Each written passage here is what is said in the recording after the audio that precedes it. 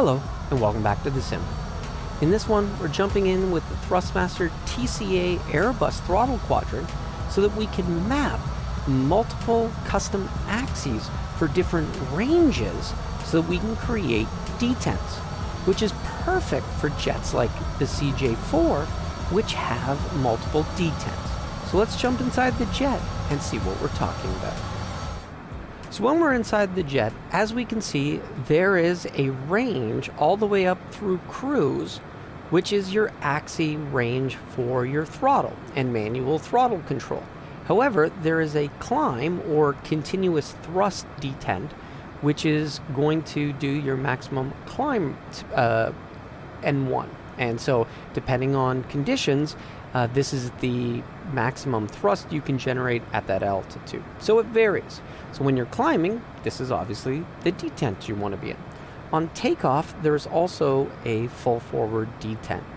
And since these allow us on the Thrustmasters to have clicks, it's really nice to be able to come all the way up, and when we choose that detent, that they click in place and we fire it.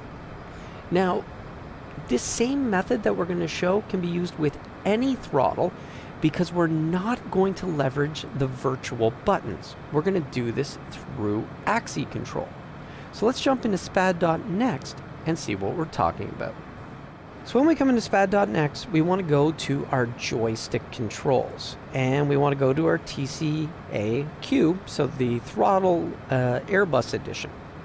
Now you'll note, if you haven't seen this before, it has been broken up into sub-tabs now instead of them being along the left-hand side, making it very big.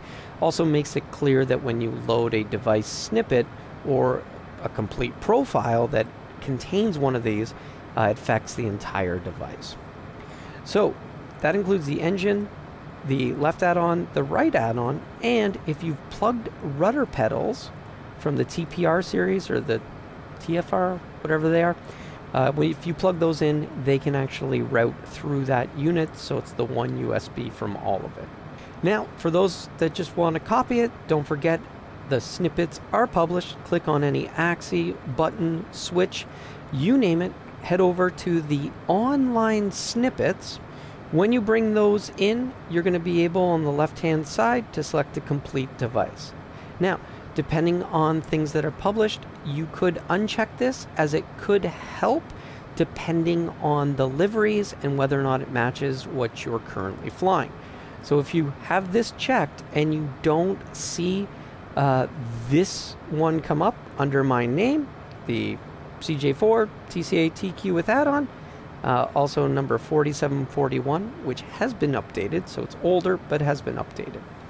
So this is the one that you want that matches this. You'd click OK, and if you click yes, it will replace everything with that snippet. So your profile, this device will be completely overwritten. It's a complete device. Or you hit no, in which case it will merge and it will add all these events to it, so you could go back through and delete the events you previously had and no longer want to have, or keep the ones you had and delete the ones that I may have added for myself. Or hit cancel and it'll do nothing. Keep in mind, this is not just a grab and go. So this first part is very important to understand. When we built this to make it so that it has these ranges, we needed to use the custom axis. So we came in and we added an event, we added a custom axis.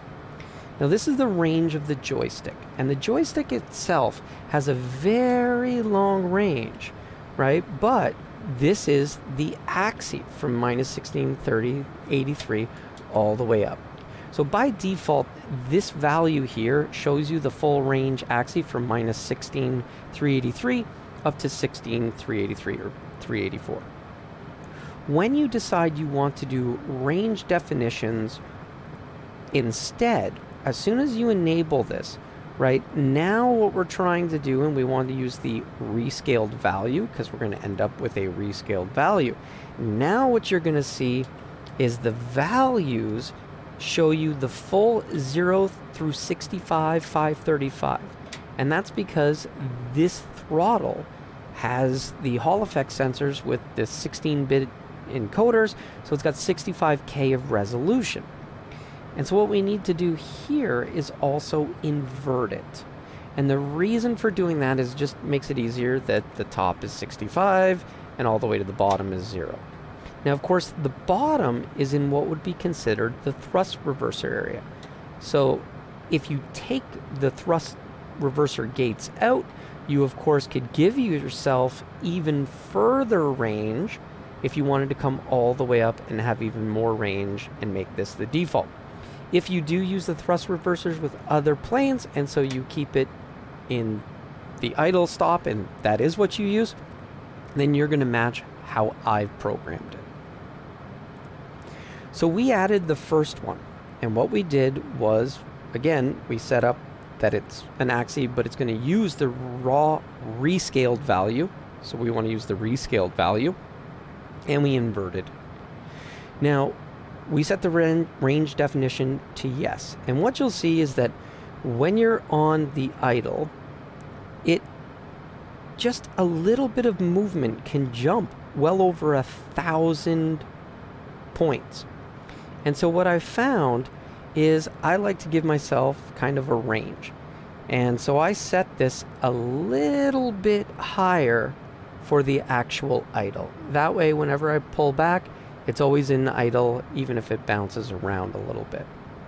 Then for a similar thing, what we had to do was figure out when we move it all the way up, just a little bit before that detent, the detent comes in around 50 to 53, right around there is where that detent is for me that I want to use. Right, it's actually the second detent. There's a first detent about here for me. This is the second detent is the one I wanted to use. So what we've said is between 18,000 and 51,000 is the only range that this rescale event is going to take place. And since the axis needs to be minus 16,384 all the way up to 16,383, what we wanted to do is have 0, which will be idle, be minus 16,384. So that idle stop is going to be idle. Then rescale this range into here, which is 16,384 to 8,500.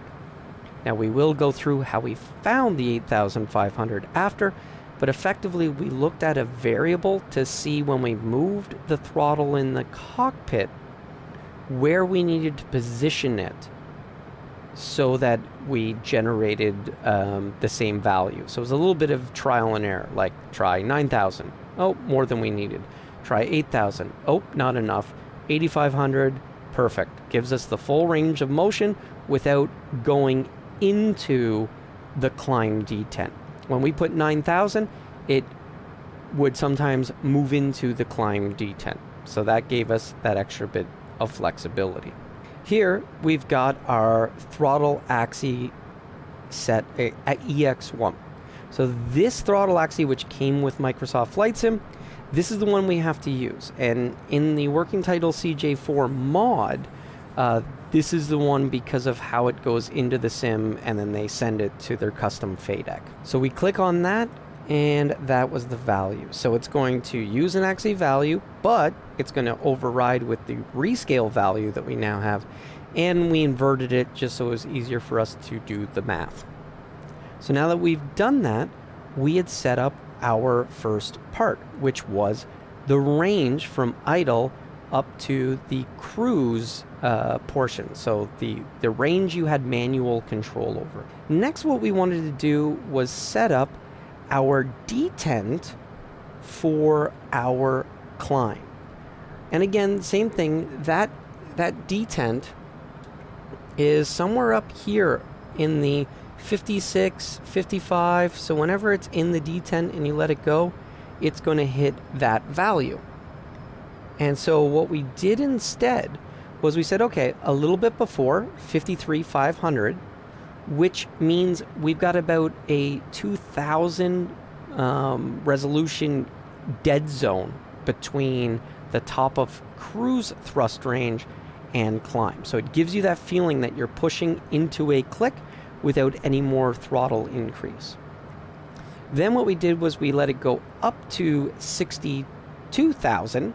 So again, when we're coming out of takeoff, they'll have that feeling of movement before it clicks in and the throttle moves in the sim to see it drop into the climb range. And so now we're rescaling this, but because it's a fixed value, basically you get around 92 to 94% of the way through and you're good. It jumps in. And so what we did there was we said, okay, well, 10,000 is the value that no matter what will stick it within the range that it forces it into the climb detent. Perfect. So we're using that same throttle 1 axes and then all the same rescaled. So the easiest way to do this was I actually copied it. So I went to copy this event and I went to paste and it added my extra range. So I set it up once, copy paste, adjusted these ranges, and then it became real easy when we were doing the takeoff position was because we copied, we pasted, and then we changed this to 63,000 to 65,535 and then set this to 16,384. So when you look at this, you see we changed it. So again, it now has that gap between the two, and it makes sure that it clicks in, even if sometimes the throttle doesn't always get fully to the top. We didn't make it all the way to the top. So there's a range, not a problem. And it's going to set it to 16,383, and that's going to set it into the takeoff detent in the CJ4 using that same throttle, and again, all three selected. We also put the auto throttle toga event on the button pressed. So it's there, it's pressed. However, if you wanted to do something with a long event, now that you can do all types of events, I would come and change the trigger to pressed short. So now it'll be on a short press. So that's a great way to have long and short presses to facilitate different functions that you want. What we did here was we copied all events, and then we came over here, we right-clicked, and we pasted everything. And so when we came in, we now have the auto throttle toga, which would have been mapped to short, and then it had the set of ranges. However, we had to do more than just set it to throttle 2 axis set 1 EXE. You'll notice that when looking at this throttle, it ends up with a different range than what you saw on the other throttle. So even though these are Hall effect sensors and they put them all together, they don't exactly always have perfect alignment when they're physically side by side. And so you may need to come in and tweak these numbers so that when you move the throttles in the sim, they're in roughly the same position. And then that way you don't end up with the physical throttles being offset to align them in the sim. So we do that here. This value stays the same because this is 0 through 75% or whatever it is. This is the value that changes based on what this tells us it is when it's on those end stops and in those positions, and then we dial in the range. Again, we change this to throttle 2 axis set EX1, left all those the same, and then we came through and again we adjusted these. Now what was great was that these are close enough when you got up to those detents that you can't tell a difference because we gave a wide enough range on either side of the detent, and then same thing up in the takeoff region. So we were lucky enough that those just worked, even though they do have slightly different values when they sit in those positions. So before we go through anything else to do with the throttle bindings, because we'll cover them just so people know what's mapped in this device profile, how we figured this out was the important part. And you'll need this if you want to apply this to other throttles and if you want to apply this to other jets.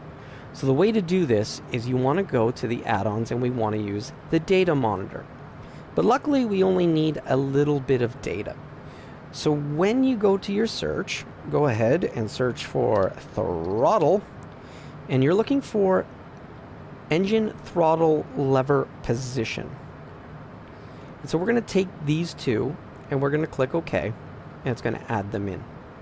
And so now when we move our physical throttles, of course, we're seeing where the throttle position in the sim is for those virtual throttles. So this was really helpful because what we actually did was when we wanted to figure out where these go, we left the Datamonitor running, and what we did was we clicked and dragged this up. I waited just until it clicked, right? And so what this did for us is it shows us where our climb position was and where our takeoff position was. Now, of course, when you put it into the different detent zones, you're going to have a different thrust lever position when you're down below getting into takeoff and climb. So this was a lot easier to do on the ground at a low sea level. Doing it in the air can be problematic because up here, the climb power might be able to be the same as takeoff. And so you just kind of want to do this on the ground when you're at preferably sea level and ISA conditions, and then you'll get better results. But you're basically trying to figure out, what do I have to convert my throttle positions to? And in that way, when I move them, right, then it's going to go ahead and it's going to lock into those locations, and it's going to pop in, and I'm going to see it click, and then I'm going to see it move inside of the sim as well. So that's pretty much it. That's the trick to how to map and pick it out. Now, obviously, with the TCA throttles, you can do this even easier, because what you could do instead with the throttle is you could have only mapped your cruise range, your manual range, to the throttle. And if you took out the detents altogether, you're basically trying to pick where you want it to go. But the detents themselves, don't forget, do have virtual buttons that click off. So if this is the one that you wanted for climb, and again, you'll see this when you move the throttle, and you see how the GUI is moving now that we are in this mode. So this mode is showing us where those detents are, right? If I didn't map these here, I could still use this value to set the throttle. So if I didn't have these, instead I could come to the virtual button, I could add an event, right? And when button is pressed, add an action, and we're going to send simulation event, and we're going to go to throttle, axis 1 set, and we would have used that same 10,000 value here. And so these are a lot easier because you only need to map that one range. But if you want the range, you can do it the range way, or you can actually map it to those virtual buttons, and instead it's going to fire it off and set it in there when it clicks into that position. Plus, this will be helpful when you get into a plane that has thrust reversed, so that you can come down here and then map reverse thrust into this portion at the bottom as well. All right, well, that's it. That's all about how to do the mapping using the ranges. If you want to see the rest of what we've done with the joystick, then you hang around, because we're going to jump into that now. Otherwise, you know where to go to download the snippet, and I think you've got everything you need and then some about how to go figure it out. For those sticking around, let's continue with how we map this. In the virtual down positions, we map nothing because in the CJ4, there is no like cutoff position. We've gone ahead and mapped to the left switch the events that are needed for turning on the CJ4. So that includes setting mixture 1 rich and setting the general fuel valve to 1. This will turn the run button on, and it'll fire those, and then when you turn both of those off, it will set those run buttons to stop. Engine 2, we did the same thing. We copied all, pasted all, and changed those to mixture 2 and engine fuel valve 2. Left button, I put nothing on. Feel free to map it how you like.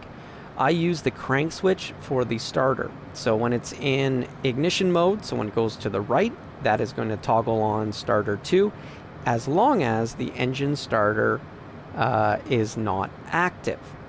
And so again, if it was already clicked on, this wouldn't toggle it the wrong way. It keeps the button in sync. When it goes into normal mode, if engine 2 is equal to 1, then it sends the toggle starter 2 event. If it goes into normal mode, but its engine number 1 is active, so this makes it work coming from left to right, then that would also send the toggle starter 1, so that would turn off starter 1. And then when it goes to the left into crank mode, as long as the engine starter is not active for engine 1, it'll send the toggle command. So boom, we can start the plane perfectly fine. And I kind of like how it lines up. It kind of looks okay for in the sim, since there's a left and right button with a disengage in the middle. So what I mean by that is down here, there is this left and right button. So left, right, disengage is in the middle. So that kind of works with the rotating switch that we have in the jet. And then the engine 1 and 2, each one is going to map here. Now obviously these are push buttons, but the switches will work the same. Up is run, down is off. So life is good. I have toggle pushback put here. So on the left add-on, we went ahead and we mapped the spoilers axis directly to it. This is a standard event. We've got our full spoilers. We've got our spoilers armed, which this jet ignores, so that doesn't affect it. And then no spoilers is 0. So again, it's because you've got the up position and then you've got the down position, and it's reversed. If we inverted the axis, then we of course would change these numbers around. And of course, you can always move the axis and hit the set button. So you can do this however you like. For the gear up, gear down, gear up, send gear up, gear down, send gear down. You're going to find nothing mapped to the Autobrake, and that's just because I didn't know what to map to it, so I left it. When we come over to the right add-on, you're going to find the rudder trim set on the short press. On a long press, it also has toggle pushback assigned to it. Not sure why I mapped it twice, but that's probably left over from importing it from somewhere else, where over here I needed this for an engine start or something else. And yeah, so delete it from which one you don't care to have it. On the rudder trim switch, and this is the auto centering. So it's got click it once, you'll get the left or right. If you hold it left or right, it will repeat the event. So same event, rudder trim right, and then it's got the hold, and then it's got the frequency. So it waits for half a second, then it starts firing off at the 25 hertz rate. Parking brake. So send parking brake event. This was one of those ones where again we found we had to use a toggle event, and so we went with the when switched on, make sure the parking brake is off, in which case send the toggle event. And when switched off is to make sure that the parking brake is not off before you send the parking brake toggle event. And then finally, over on the flaps, we went with a detent, but we used the feature in the auto detents to set what full down was. And so I pulled it back only 2 clicks. Gear. Since there Landing is gear. only 2 flap positions, or yeah, 2 flaps, 3 in total, but there's only a 15 and 35 degree flaps. And so it makes it a lot nicer since you have those clicks where it's 0 clicks to 1, which would be equal to it clicking into flaps 15. And then when you click into 2, it'll go to flaps 35. And so we intentionally shortened the overall range. We're about ready to start getting into our top of descent, so we probably should head out at this point. If you liked it, please hit that like button. Subscribe if you haven't. Come along on the next one, when we're probably going to get into how do I publish a snippet. As always, thanks for watching. Have a great day.